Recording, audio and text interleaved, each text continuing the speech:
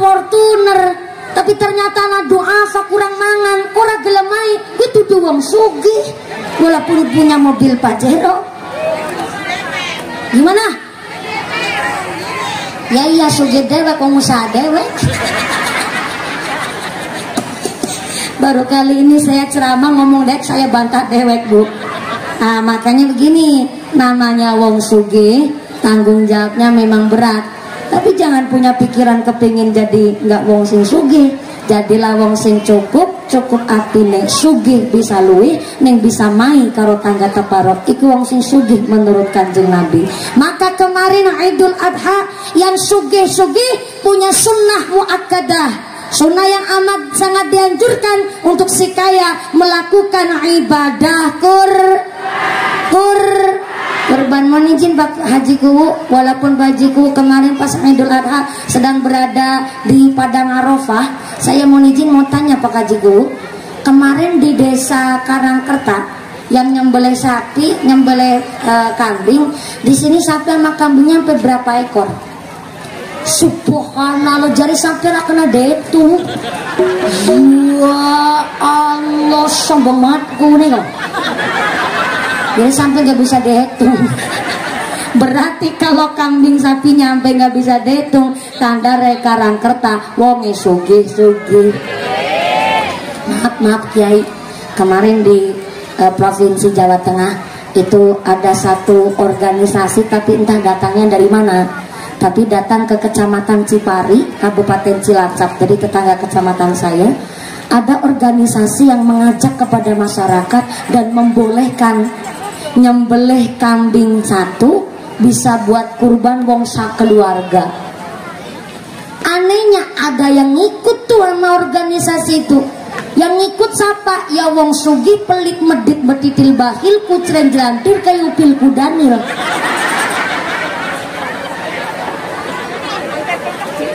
Begini, mungkin ini salah menafsirkan hadis, karena hadis riwayat At-Tirmidzi menjelaskan bahwa dulu Kanjeng Nabi pernah nyembelih kambing satu, dikurbankan untuk sakeluarganya Kanjeng Nabi dan seluruh umat Islam dapat berkah dari Kanjeng Nabi kurban kambing satu.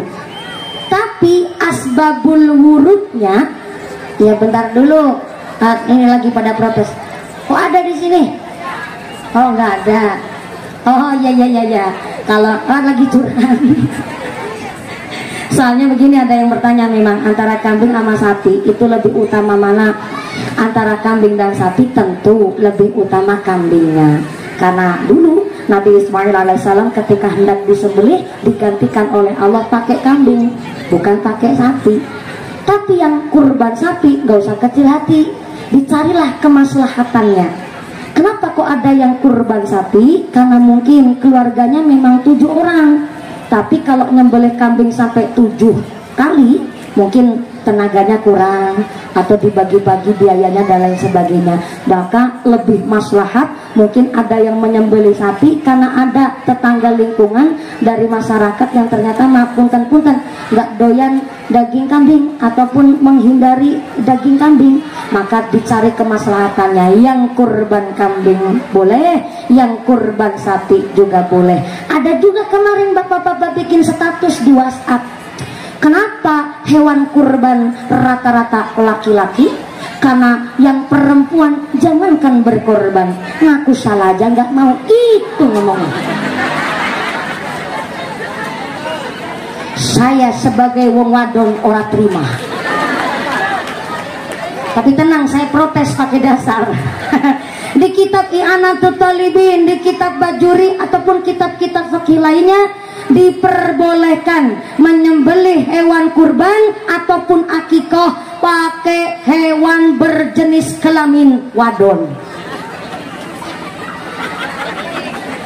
Tentu pakai syarat dong, walaupun sapi atau kambingnya betina, tapi harus dalam keadaan sehat dan tanpa cacat, walaupun wadon bu tetap. Dan yang kedua, kalau mau kurban atau akikoh hewannya betina, harus dipastikan si kambing atau si sapi tidak dalam keadaan sedang hamil binti meteng. Nah, berhubung bakul kewan kan nggak siap alat USG. Ya iya kan, repotnya begitu. Kalau ayam mah lagi meteng bisa ditengeri, tinggal didulep bae Bu. Ini saya harap jangan dianggap jorok ya. Walaupun ini jorok, moga-moga ini jelasin sedikit fikih, mudah-mudahan jadi ilmu. Allahumma. Kalau ayam kan bisa ditengerin tuh, bisa dicari informasinya dengan cara didulep. Oh nandoge, berarti lagi meteng ge, harapan ngemeti gue si ayam. Tapi kalau wedus, kalau sapi hamil metenge, agi meteng atau orane, kadang-kadang di meteng bulan-bulan pertama mungkin belum kelihatan. Dan namanya bakul kewan nggak siap alat USG. Akhirnya yang beli cuma tanya sama bakulnya, betulan nih kambing betinanya lagi nggak meteng? Enggak, wong ini kambingnya udah saya pisah antara kambing jantan dan kambing betina. Insya Allah ini kambing sedang tidak keadaan hamil. Ya wes, akhirnya dituku. Barang disembelih anak cempene. Bagaimana? Boleh dan sah-sah saja.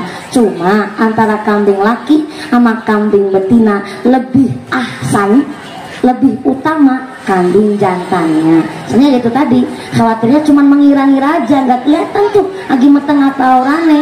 Sehingga akhirnya lebih utama kambing laki ketimbang kambing perempuan. Bukan berarti wong wadon ora gelem berkorban, Pak. Wong wadon bisa nggak dikorbankan karena repot dan merepotkan. Lah iya kan orang anak alat USG kewan sanu wedus jadi repot dan merepotkan. Cuma memang ya sugarawu lagi Pak Kiai, alhamdulillah. Ya nggak apa-apa, mangga Pak Haji. Nggih sugarawu. Salam bihudurikum. Mangga Pak Haji, alhamdulillah. Ikut seneng ini ngajinya udah 1 jam lewat baru datang. Udah diulang lagi dari awal.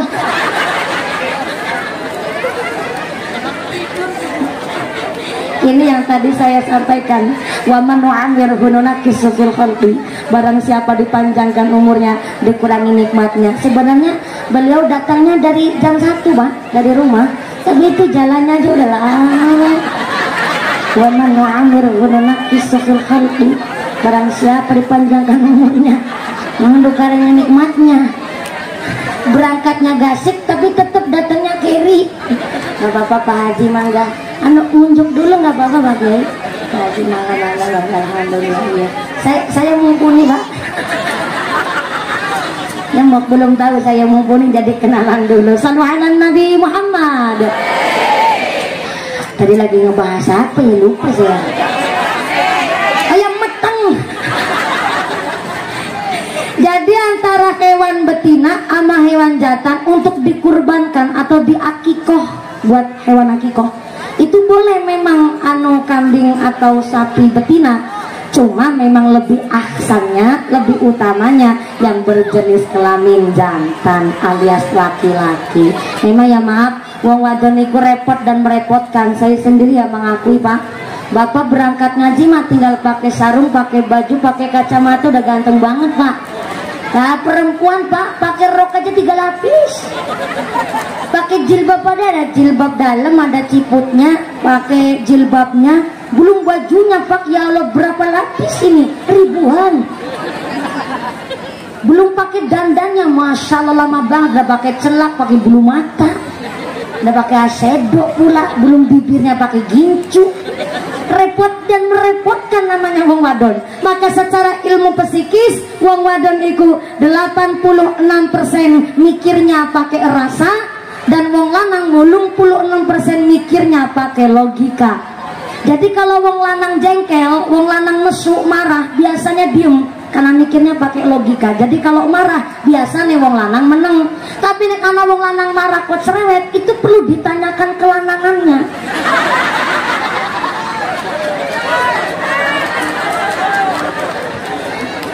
Loh, ini ilmu psikis lah, bukan saya yang ngomong, riset keilmuan. 86% wong wadon mikirnya pakai rasa, maka wong wadon emosionalnya itu tinggi. Kalau marah biasanya kayak knalpot bocor, emosionalnya tinggi. Kalau wong wadon udah emosi pak, istrinya suaminya aja bingung membedakan mana istri sendiri dan mana harimau Sumatera. Arane wong wadon dikasih duit 50 ya mau ngecomprang kenal buat bocor pak duit 50 saya kisah payu bocah sekolah jaluk bayaran sepatu pada bodol barangan aku isin pak gone muslimatan celak bedak gincung tong kabeh sudah giceng tak rafiani aku isin pak soto listrik soto arisan dulu kan asin modal apa mana kayak utangku si netok rawi lang pedot baik sampai dulu terus ganti kowe duit 50 singgung apa iku wong wadon tapi duduk Cilacap ini. Istri itu 86% mikirnya memang pakai rasa, emosionalnya tinggi. Tapi jangan salah paham, bukan berarti wong wadon mikir pakai rasa malah nggak punya otak, bukan. Wong wadon kalau mikirnya pakai rasa justru tingkat cerdasnya lebih di atas rata-rata wong lanang karena pakainya insting. Suami di kantor ngelirik sama perempuan lain, istri di rumah kerasa. Karena wong wadon mikirnya pakai rasa. Tuh pak, hati-hati pak. Wong wadon itu ahli tirakat jadi keras. Iya pak yang ngelirik saya, bunyai di rumah kerasa kiai. Maka jangan lirik-lirik kiai. Gimana kiai? Oh tenang seganteng-gantengnya Pak Kiai Ketua NU saya nggak mau jadian kedua ya, sorry ya lo. Karena tanggung jawabnya berat, istri lebih dari satu, wah repotnya luar biasa. Maka inilah satu aturan, suami keluar dari rumah untuk cari maisha harus dalam keadaan rijalun kamilun, ganteng, berwibawa, berkarisma, disiplin, tegas. Tuh makanya pakai kacamata Pak Haji kan ganteng banget pokoknya dah. Gimana? Bener, kacamata hitam itu adalah dalam rangka meredam nafsu. Betul, gak cuma laki-laki. Kalau kita ikut madhabnya Imam Maliki, justru kalau perempuan keluar dari rumah pakai kacamata yang agak warnanya gelap-gelap dikit. Itu kalau kita ikut madhabnya Imam Maliki. Jadi udah kalau pakai jilbab, udah pakai baju muslimah. Kalau kita ikut madhabnya Imam Maliki, justru pakai kacamata yang agak gelap dikit. Dalam rangka apa? Meredam nafsu. Makanya bapak pakai kacamata hitam biar nggak langsung kontak mata dengan mumpuni. Makasih Pak Haji. Ada pawangnya di belakang. Oh ya, mohon izin Bu Haji. Tenang saja, saya nggak tergiur sama kacamatanya Pak Haji, tenang aja. Sallu ala Nabi Muhammad. Oh iya ya, terima kasih, alhamdulillah. Hitung cepat pakai quickcon Pak. Alhamdulillah udah kayak pilihan presiden pokoknya. Hari ini hitung cepat. Kotak infak kita untuk pembangunan tempat wudhunya Jamiah Perempuan di Masjid Jami' Nurul Huda. Alhamdulillah terkumpul dana sebesar 8.864.500 perak rupiah. Saya ulang 8.864.500 perak rupiah. Ibu jangan ngetawain yang 500 perak. 500 perak ini wa asa an takrahu syai'an wa huwa khairul lakum wa asa an tuhibbu syai'an wa huwa syarrul lakum. Jadi manusia jangan suka nyepelein barang yang kecil. Jangan suka nyepelein barang sepele, karena bisa jadi Allah ngangkat derajat kita dari hal yang sepele. Duit 1 juta kurang 500 perak rupiah gak bunyi sejuta. Betul? Sengit karo tanggane jangan berlebihan, karena sewaktu-waktu mungkin kita akan butuh karo wong sing disengit kuwi mau. Betul?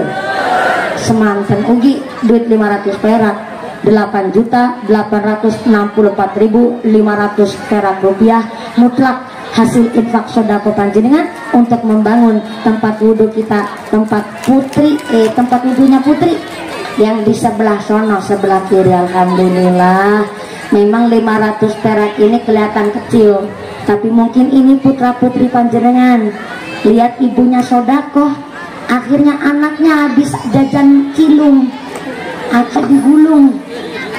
Lihat bapak ibu pada sodako, ada sisa uang di saku 500 perak, ikut dicemplungin lah ke kotak infak. Alhamdulillah secara tidak langsung kita telah mendidik anak-anak kita juga senang bersodako. Alhamdulillah. Seberapapun panjenengan ngasih sodako, niatnya sama, adalah untuk memakmurkan masjid kita Nurul Huda. Masalah ikhlas itu kan penggawean hati. Maka ketika sahabat bertanya kepada Kanjeng Nabi, ya Rasul, ma huwa ikhlas? Apa sih ikhlas itu? Ternyata Kanjeng Nabi ditanya ikhlas, Kanjeng Nabi bingung, Kanjeng Nabi terdiam, Kanjeng Nabi mendel. Akhirnya Gusti Allah mutus malaikat Jibril supaya turun ke bumi, ikut ngebantu Kanjeng Nabi menjawab pertanyaan sahabat. Setelah terdiam, kemudian malaikat Jibril datang, akhirnya Kanjeng Nabi menjawab pertanyaan sahabat. Ikhlas itu fahuwal amal yuqbalullah. Saya ulang. Ikhlas itu ma huwa ikhlas ya Rasulullah, fahuwal amal yuqbalullah. Ikhlas itu adalah setiap pekerjaan yang diterima oleh Allah Subhanahu wa taala disebut ikhlas.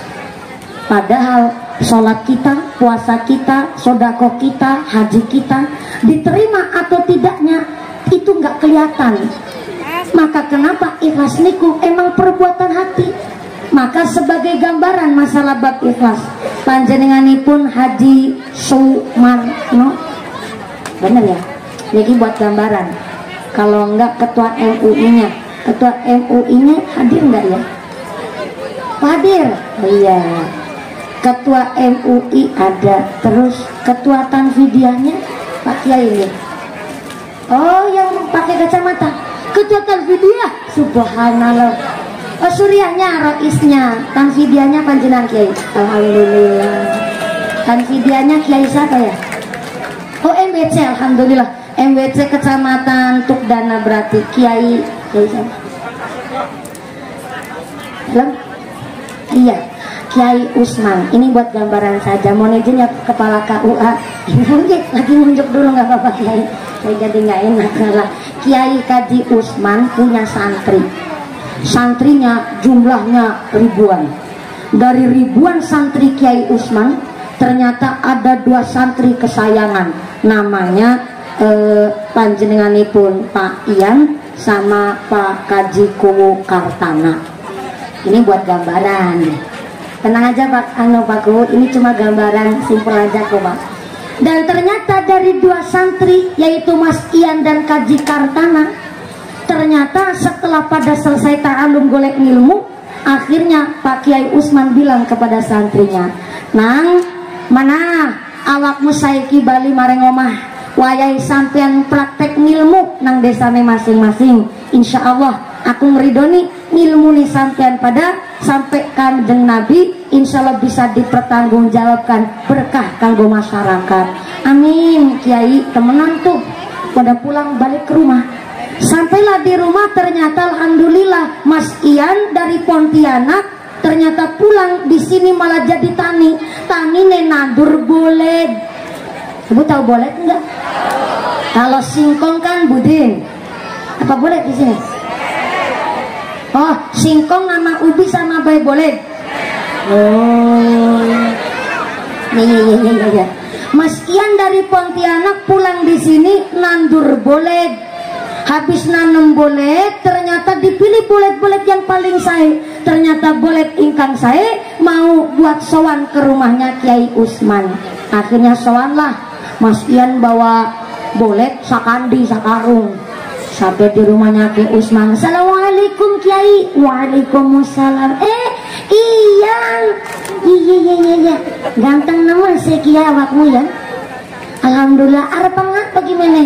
Silaturahim Kiai lawas kula mboten derek sowan. Iki kula sambil gawa boleh sakarung Kiai, bukan harapan go ngolek mangga Kiai. Ya. Matur nuwun Yai jangan ngerepotin nemen aku jadi ora kepenak. Mene mancing mari omah ngobrol. Akhirnya ngobrol sama Mas Ian sampailah sore Mas Ian pamit.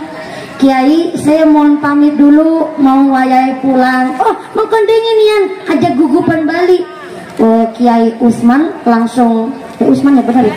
Kiai Usman langsung ke dapur. Bareng ke dapur tanya sama bunyai, sama istrinya Pak Kiai Usman. Anu mama nih, iya abah, nang mama anak jajan apa ya? Kayak si Ian kemarin ini gawa boleh sakarung, nek Bali lenggang kangkung melas nemen. Anak apa nih dapur ya bah? Iki lagi kosong. Talinya itu ini pakai polsek, suan maring ngomah kok gawa wedus siji. Ya paling kayak tinggal sama wedus siji. Ya sarap apa lama digawak nabe karo si Ian. Ngomong Ian dia prihatin nemen. Aku ikhlas Bob anggar wedus saya diparina maring Ian. Ya ikhlas Pak. Wong abah juga orang anak waktu ngarit mending dikasihkan ke Ian aja. Oh iya ya.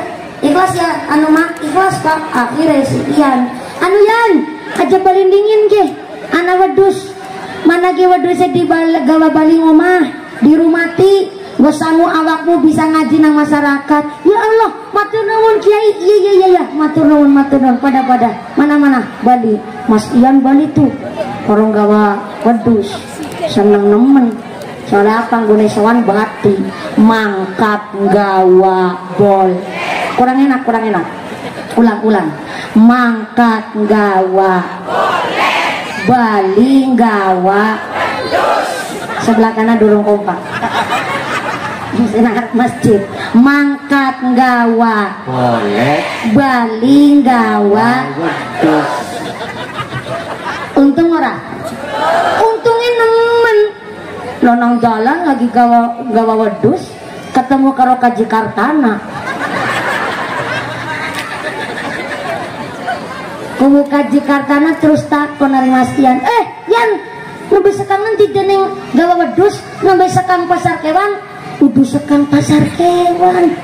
Aku iki nembe sowan karo guru kita, jebule Kiai Usman welas asih nemen karo santrine. Aku sowan gawa boleh, baline dioleh-oleh wedus. Temenan Yan, temenan. Akhirnya Kajiku Kartana langsung hitung. Mangkat gawa Bali gawa. Wah anggar kayak caranya mah aku kudu melu sowan ge.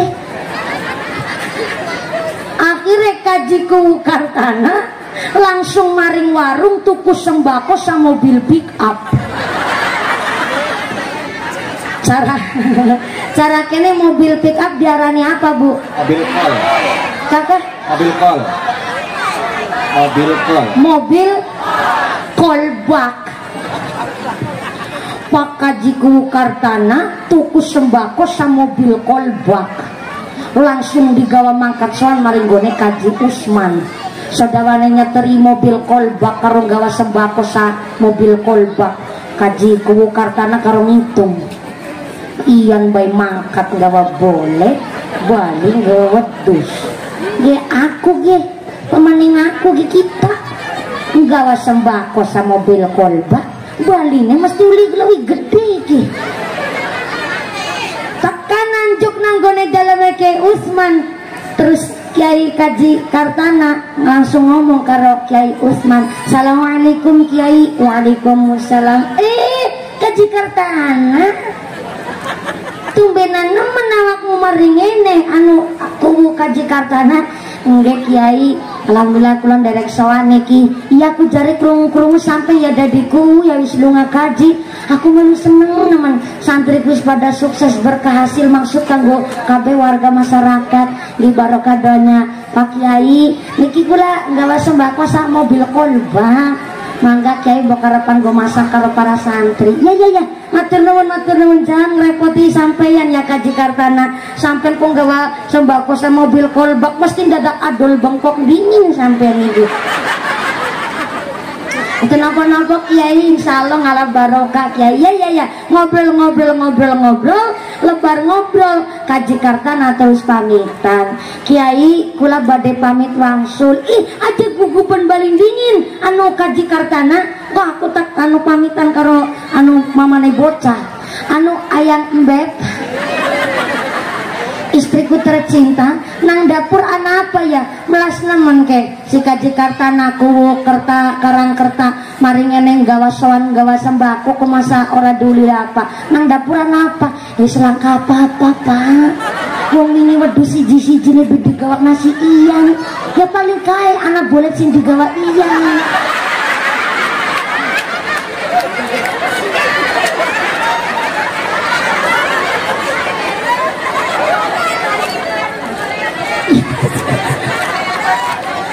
Ya orang apa-apa lah mak melas nemen si kaji kartana manung gawa kolbak masa kolbaknya baline kosong yang mana lah digawakna boleh cakandi orang apa-apa bapak ikhlas ya ikhlas kadar boleh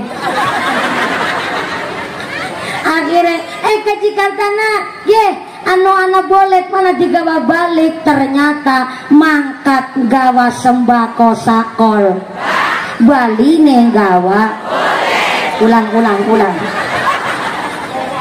mangkat gawa sembako sakol baline gawa rugi ora maaf ya kajiku niki buat gambaran saja sama-sama sodakohnya sama-sama bangun masjidnya pada sholatnya pada ibadahnya tapi nanti hasil akhir akan berbeda-beda ibarat makin niki pada mangkat soan pada gawa tapi hasilnya akan berbeda putra putih panjenengan yang kemarin sekolah seragame pada sekolahnya pada gurune pada pelajarannya pada tapi kenapa bareng hasil rapotnya keluar anak sing ranking siji anak sing ranking loro anak sing ranking telu malah anak sing orang ranking babar belas tapi alhamdulillah naik kelas. Kita lahir ke dalam dunia ini kullu mauludin yuladu alal fitrah keadaannya api kabeh tapi mengko balik maring ngasane Gusti Allah sebenarnya Allah menghendaki kita pulang dengan keadaan radiyatan mardiyah dalam keadaan yang baik pula kita datang ke dunia dalam keadaan selamat maka pulang ke ngarsane Gusti Allah harus dalam keadaan selamat bin qalbin salim keadaan sing selamat juga. Tapi ternyata nanti pulangnya hasil akhir niku adalah kula panjenengan sedaya nguning-nguning urip niat nang alam dunya ki apa. Lan maaf punten, ikhlas niku memang penggawean hati, tapi walaupun ikhlas adalah pekerjaannya hati, antuk yang melaksanakan amal ikhlas harus pakai syariat dan rukun yang memang sudah ditentukan. Maka maaf nun sewu disebut atau tidak nama seseorang di dalam sodakoh itu bukan barometer yang namanya ikhlas.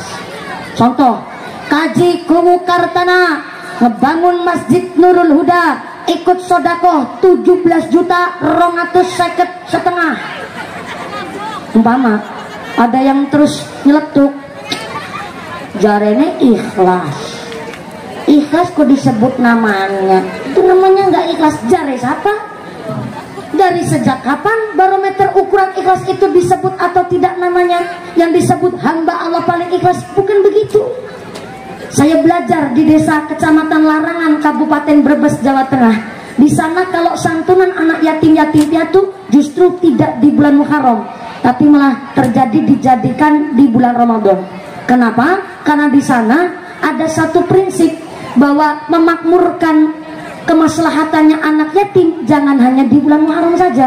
Setelah bulan Muharram usai, bagaimana kelanjutan hidupnya anak yatim itu perlu diperhatikan. Malah justru di bulan Ramadan dengan cara kesepakatan seluruh desa Larangan, para masyarakat, kaum masjid, kaum musola, kaum langgar itu dari tanggal 1 sampai tanggal 30 Ramadan silakan disuruh nabung sebanyak-banyaknya di masjid, di musolanya masing-masing. Nanti kalau sudah nabung dari tanggal 1 sampai tanggal 30 Ramadan, maka malam Idul Fitrinya akan dihitunglah dari seluruh masjid musola dapat berapa dikumpulkan di masjid inti. Dan ternyata kalau ketika dihitung pas malam Idul Fitri dari tabungan seluruh masjid musola di desa Larangan, Kecamatan Larangan, Kabupaten Brebes dapat dana sampai 200 juta lebih. Nanti dari 200 juta lebih ini akan dibagikan kepada anak-anak yatim yang setiap anak yatimnya, satu anak yatim mendapatkan 13 sampai 15 juta per anak yatim. Tapi Tapi nanti warga masyarakat nggak sekedar cuma ngasih, tapi 15 juta ini kalau yatim yang dapat akan dicek, mau buat ngerapihin rumah boleh, mau buat lanjut sekolah silahkan, tetap dipantau oleh panitia dan masyarakat. Maka sampai di larangan itu tidak boleh ada anak yatim yang putus sekolah, harus sekolah semua. Tidak boleh ada anak yatim yang tidak ngaji, harus ngaji semua. Jadi justru malah di bulan Ramadan. Dan mubalighnya yang ketika diundang di penggalangan dana pas lagi buat anak yatim kudu sabar. Datangnya jam 9 habis sholat tarawih bisa dinaikkan ngaji sejam setengah 12. Kenapa? Di sana sudah kesepakatan siapapun yang ngasih dan berapapun akan disebut namanya plus jumlahnya. Dan tidak ada yang merasa paling ganteng karena ngasih paling banyak, dan tidak ada yang kecil hati walaupun ngasihnya sedikit. Tetap contoh, Kaji Kartana sekian, Kaji Sumarno sekian, itu dibaca satu-satu, walaupun cuma 200.000, walaupun 15.000, tetap dibacakan.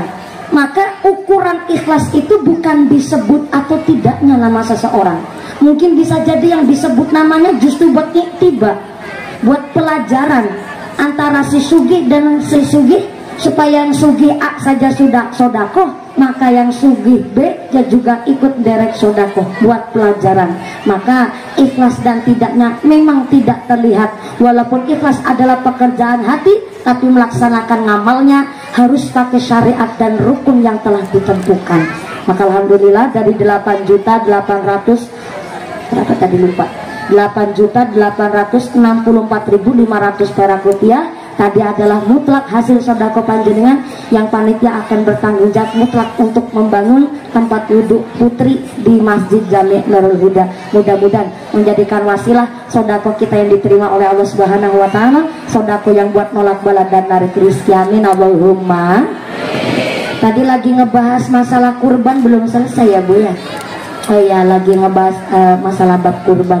Kamu tadi sekarang jam berapa? Gimana Kiai? Jam 3. Jam 3 waktu Karangkerta. Oh, jadi di Karangkerta jamnya mundur. Oh, bisa masih jam 3. Alhamdulillah. Oh ya, jam 4 kurang seperempat. Berarti ini ngajinya tadi udah perjanjian Pak Kepala KUA mau izin sampai jam 5 sore. Berarti masih 2 jam lagi nih.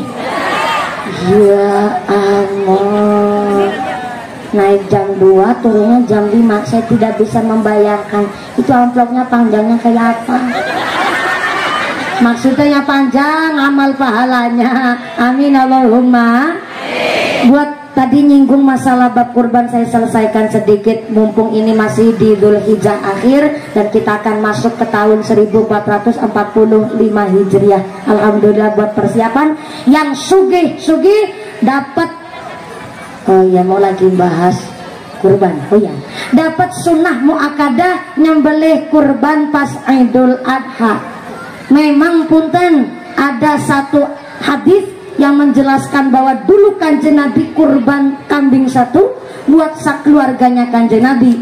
Tapi asbabul wurudnya, sebab musabab hadis itu menjelaskan bahwa Kanjeng Nabi kurban kambing 1 buat sakeluarganya Kanjeng Nabi. Ternyata waktu itu Kanjeng Nabi sedang dapat ujian pagebluk atau pandemi persis kayak tahun kemarin Bu. Jadi orang nggak bisa keluar karena ada ujian pandemi, pagebluk, paceklik sampai berkepanjangan.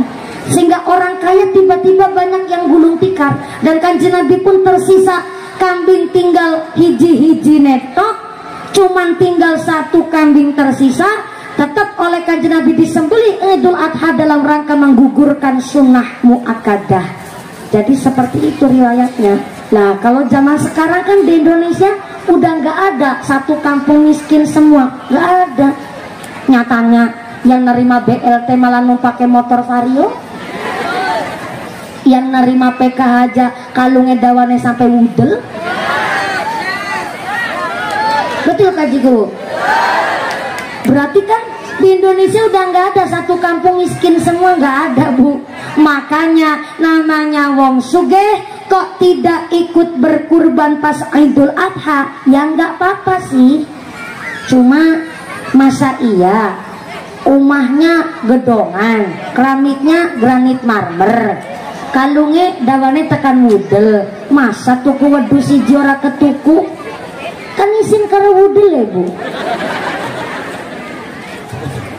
Maka sunnah dari kanjeng Nabi yang sugih kok tidak ikut berkurban pas Idul Adha memang nggak apa-apa, tapi sunnah dari kanjeng Nabi yang kaya tidak berkurban tetap dianjurkan menyembelih hewan unggas peliharaannya sendiri. Ayam, bebek, mentok, silahkan mangga disembelih pas Idul Adha dalam rangka supaya panjenengan sedoyo nggak tomak. Ingon-ingonnya sendiri nih, ingon-ingon itu peliharaan Bu. Di sini nyebutnya apa? Ingon-ingon. Ibu punya ingon-ingon? Apa ingon-ingonnya? Ayam, kucing, kucing. Bener gone jawab, salah gone takon. Dua ingon-ingon, dua apa? Kucing. Ya bener sih. Tapi kucing udah unggas Bu. Dalam saya tanya sama bapak-bapak baiklah. Bapak-bapak sebelah mana nih? Oh sebelah pojok sana. Bapak nih. Bapak nih. Assalamualaikum. Bapak nih punya ingon-ingon? Punya. Apa ingon-ingonnya? Manuk.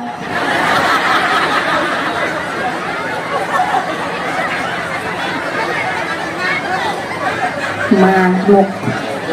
Ya manuk sih unggas sih, memang benar. Cuma kan dari senyum ketawanan jenengan saya curiga Bu. Manuk yang dimaksud bapakne iku manuk sing ana matane. Tapi nek manuk sing unggas ya rasa disembelih, apa maning manuk sing langka matane. Nek manuk langka matane iku langka dagingnya. Melas kalau disembelih malah yang kehilangan ibune Bu. Nggak punya ingon-ingon unggas, nyembelih apa? Silakan beli daging ayam. Orang kita ngaras setengah kilo pas Idul Adha. Nggak doyan daging ayam gimana? Beli iwak laut boleh dimasak yang enak ketika pas Idul Adha dalam rangka menghilangkan rasa tomak, menghilangkan rasa rakus, menghilangkan rasa serakah, menghilangkan rasa geragas. You know geragas? Geragas cara sini naon? Pada baik geragas. Geragas iku apa bae doyan rakus. Anak kene wong sugih geragas. Akeh wong sugih geragas iku wis jare ngakune sugih, ora kurban, malah ngarep-arep bagian. Melapas wingi hari raya Idul Adha sengaja kawit isuk tekan sore nggak masak, cengklungan sambil nunggu bagian. Jarene lurah wedusnya nganti ora kena detung, sapine nangkarang kertas sampai 17, masa sampai setengah 5 sore dagingnya durung lanjut tekan kene. Kayak kita lanjur bubune duleg, sunduknya sate disiap-siap kayak terus anak areng barang. Masa setengah 5 sore daging durung tekan kene, siapa jadi panitiane? Iku arane geragas. Maka walaupun yang menyembelih kurban dapat bagian, walaupun cuma nyicipin dagingnya kurban, tetap yang diutamakan ya si miskin, ya si fakir, ya si duafa. Maka bagi si miskin kok menerima bagian daging, anak dengkule, anak kulite, anak dengkile, anak dasi sebuntut-buntute. Namanya miskin kan nggak punya kulkas. Halo, miskin kan nggak punya kulkas. Bagian daging kurban mau disimpan di kulkas, nggak punya kulkas. Akhirnya oleh si miskin daging bagian dijual, diuangkan, dicari kemanfaatannya, hukumnya boleh bagi si miskin. Si sugi ora pareng. Wong sugi nampak bagian dari tetangga yang berkurban itu hadiah, bukan sodakoan.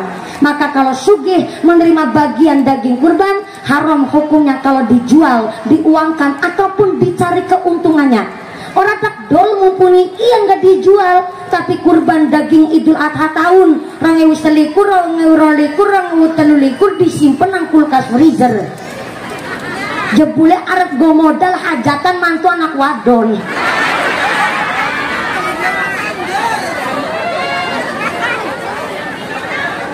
Anak mungkin kayak itu. Anak, ya Allah. Kalau dia sugih nggak boleh bu. Soalnya apa?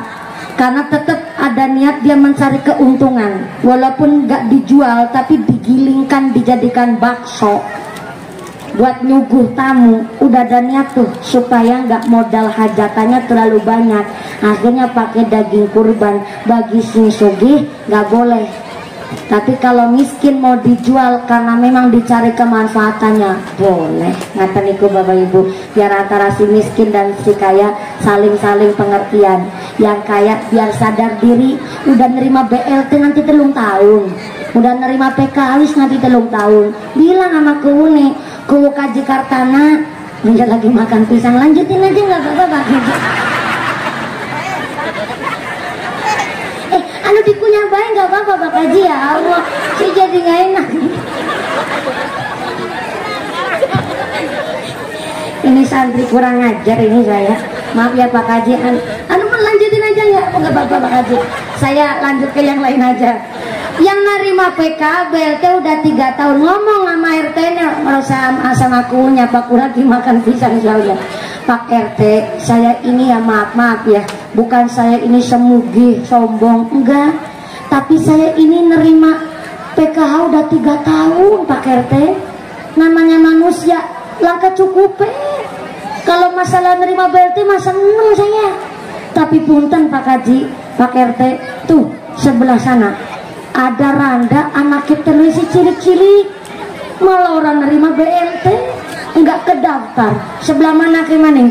Anak mbah sepuh jompo, anak wis langka, malah ternyata umai gubuk reot malah enggak ke daftar dari PKH. Tolong Pak Kajiku, Pak RT, bagian BLT dan PKH-nya saya giliran tuh diberikan kepada orang-orang itu tadi. Begitu. Gak ada yang keprok dulu dong.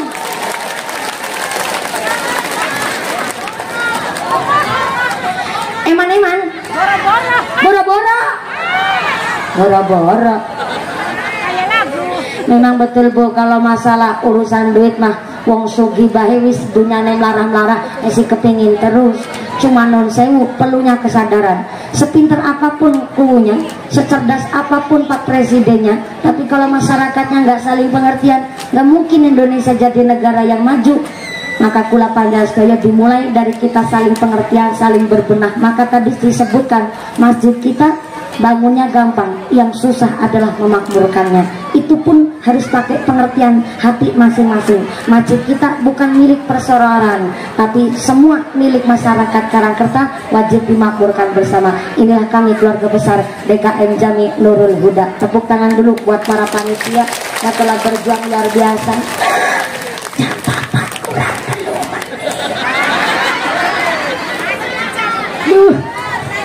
Saya tadi naik salam jam 2 lebih 10 menit bu, ini udah jam 4, berarti ngaji ini rong jam loh bu. Ya Allah, jarang-jarang mau balik ceramah sampai 2 jam tuh.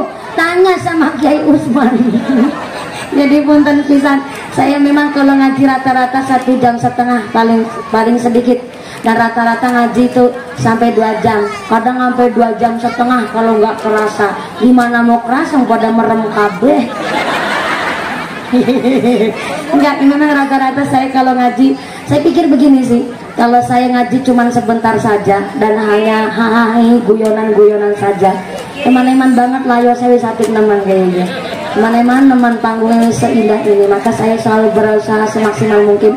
Saya senang baca sholawat Pak, cuma memang kalau diiringin pakai rebana akhirnya waktunya agak termakan. Jadi saya memang lebih memilih ke padatnya pengajian tadi, udah bahas masalah Azkarun Nawawi, masuk masjid dan sebagainya, udah bahasnya macam-macam sekali Pak Kepala KUA. 2 jam bayangin, pantesan amplopnya paling larang. Guyonan punten. Insya Allah ini sudah cukup karena ngaji kita sudah jam 4. Saya kenapa kalau bilang sama panitia, pokoknya saya naiknya gasik. Kenapa saya minta naik gasik? Ngajinya 2 jam, gak nyorok waktu sholat asar kebanyakan. Kan begitu Bu? Enak ya kan kalau ngajinya awal, sambutannya oke, kori ngajinya lama, sholawatan grup rebana ada yang bertugas. Jadi kenapa saya ngajinya mutlak, isinya padat, karena kepingin ngajinya benar-benar, mudah-mudahan orang ketang setitik bisa ada yang diambil ilmunya. Amin Allahumma. Tidak ada niatan saya ceramah, tapi niat kita adalah belajar sesarangan. Mudah-mudahan keluarga besar Jamiah Masjid Jami Nurul Huda, DKM Jami Nurul Huda, warga masyarakat Karangkerta, warga masyarakat Kecamatan Tukdana, kita yang hadir di sini ditetapkan imannya, ditetapkan Islamnya, ditabahkan ihsannya, diberikan sehat panjang yusra, yusra ingkang manfaat ingkang barokah, diberikan keluarga mawaddah warahmah wasakinah, dijadikan keluarga yang ahlul jannah, pungkasan yusra bisa husnul khatimah. Amin Allahumma. Pengumuman dari akhirat, barang siapa berangkat ngaji belum dipimpin doa gugupan pulang Bali, maka suaminya nikah lagi. Yang udah terlanjur jalan sambil dia, nggak apa-apa ngaku janda gitu katanya. Punten don sewu, karena nanti doakan dimami langsung oleh Pak Kiai. Ada beberapa door prize juga. Door prize-nya buat jamaah apa buat jamaah? Jamaah yang hadir. Ada door prize-nya juga, mungkin ada sedikit waktu untuk membagikan door prize, silakan. Dari saya pertama, Bapak Kepala KUA matur nuwun hadirnya, Bapak Kapolsek terima kasih hadir secara langsung, Bapak Daramil atau yang mewakili matur nuwun saat pun, Bapak Haji Kuwu Karsana, terima kasih telah mensupport kami keluarga besar DKM Jami Nurul Huda dan seluruh para masyayikh, Bapak MWC, Bapak Kiai dari Tamsidiyah Sudah Nahdlatul Ulama Kecamatan Tukdana dan Ketua MUI dan seluruh warga masyarakat Karangkerta. Mudah-mudahan setelah doa panjang pulang dengan tidak ada halangan satu apa, bisa bertemu lagi di lain majelis. Amin Allahumma. Segala kekurangan mohon maaf yang sebesar-besarnya. Terima kasih atas segala perhatian, mohon maaf atas segala kekurangan. Usikum wa nafsi bitaqwallah. Wassalamualaikum warahmatullahi wabarakatuh. Waalaikumsalam. Ibu permisi.